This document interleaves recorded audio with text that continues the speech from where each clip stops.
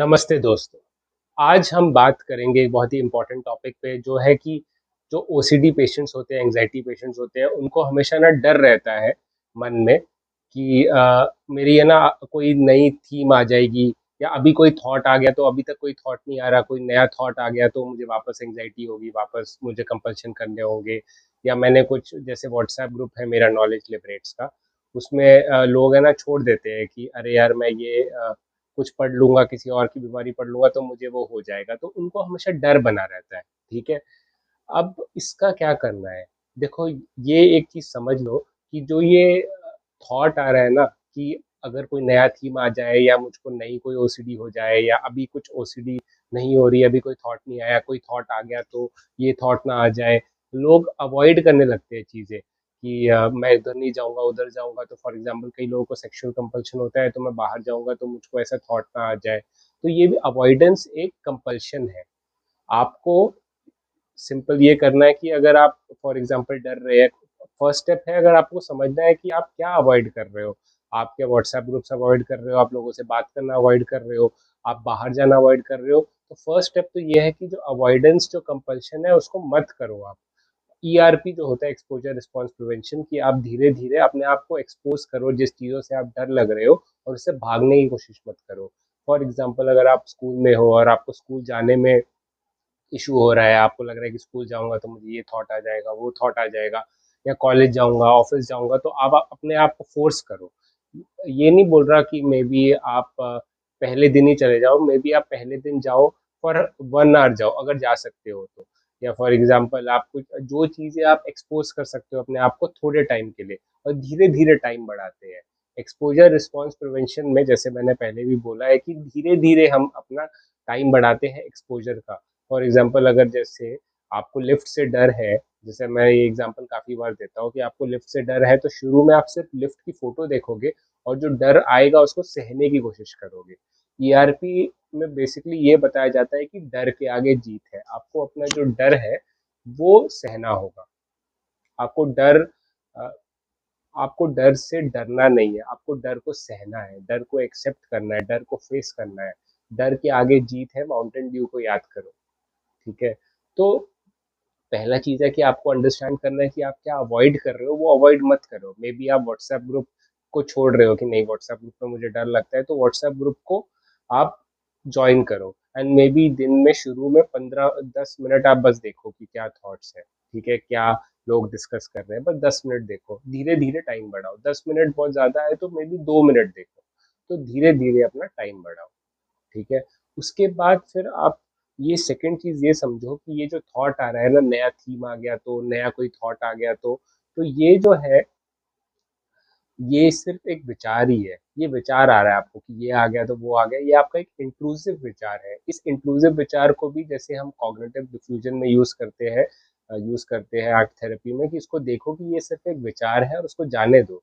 इस विचार को इतनी अहमियत मत दो। ये मत सोचो कि मैं अगर सोच रहा हूँ कि अगर ये थीम आ जाएगा या वो कुछ आ जाएगा, तो उससे थीम आ जाएगा या उससे नहीं मुझे ओसीडी हो जाएगी।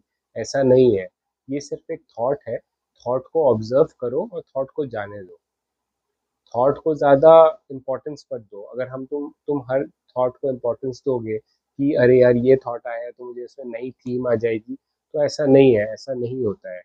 सिर्फ थॉट आने से, जैसे मैंने पहले भी बोला है कि हम thoughts, we are not our thoughts. हम अपने विचार नहीं है। मैं अब बैठ के सोचता रहूँ कि मैं करोड़पति हूँ, करोड़पति हूँ, करोड़पति तो नहीं बनूंगा मैं। नहीं तो मैं काम वाम सब छोड़ दूंगा और बस सोचता रहूंगा बैठ के। तो ये जो थॉट आना कि अरे नई थीम आ जाएगी या ये मुझे मेरे अभी तक कोई थॉट नहीं आया, ये थॉट आ जाएगा, अब मुझे ये थॉट आया है तो मतलब थॉट आ जाएगा ओसीडी का। ये भी जो विचार है ना, ये भी तुम्हारा एक इंट्रूसिव थॉट है। इस इंट्रूसिव थॉट को जाने दो। जिस चीज को अहमियत दोगे ना, तुम अहमियत दे रहे हो अपनी ओसीडी को, बहुत ज्यादा अहमियत दोगे वो आएगी। तो अपने जो थॉट्स है मतलब जो जैसे प्रेजेंट मोमेंट पे भी मैंने अभी पिछली वीडियो में बात करी है कि प्रेजेंट मोमेंट में रहो। जब आप काम कर रहे हो, फॉर एग्जांपल पढ़ाई कर रहे हो, और अगर आपको ये थॉट आया मैं इतनी अच्छी तरह से पढ़ाई कर रहा हूँ पर अभी थॉट आ गया तो ओसीडी का, तो उसको देखो कि ये सिर्फ एक थॉट है, उसको जाने दो। इस थॉट को इतनी इंपॉर्टेंस मत दो। हर चीज मैंने जैसे बोला है कि वो सिर्फ शब्द है, लेटर्स है, वो आ रहे हैं, उसको मीनिंग मत दो।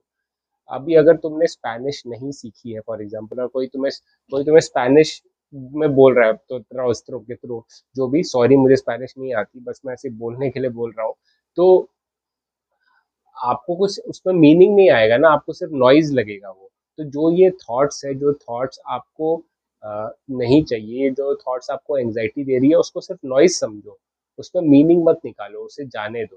जो ये तुम्हारा थीम वाला भी जो थॉट है, वो सिर्फ एक थॉट है, उसको इतना फोकस मत करो। और हमेशा है ना, चौकन्ने या हमेशा गार्ड पे मत रहो कि मुझे थॉट तो नहीं आया, मुझे थॉट तो नहीं आया। ऐसे रहोगे तो तुम अपने माइंड को प्राइम कर रहे हो।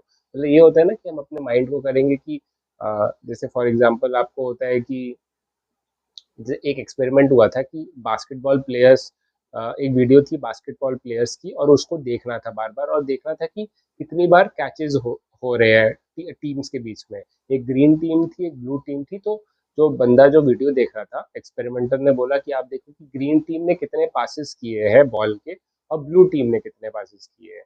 तो जब ये एक्सपेरिमेंट में सब लोग बहुत अपना फोकस कर रहे थे पासिस पे, ठीक है।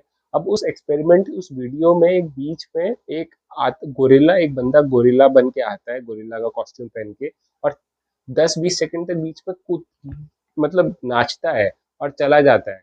और तुम्हें पता है 60-70% लोग जो है ना, वो उस गोरिल्ला को देखते नहीं है, बस मतलब मेजोरिटी ऑफ द पीपल वो गोरिल्ला को नोटिस ही नहीं करते, क्योंकि वो बहुत ज्यादा फोकस कर रहे हैं बास्केटबॉल पे, ठीक है। तो ये तुम एक्सपेरिमेंट मतलब पढ़ भी सकते हो, उस पे बुक किताब भी है।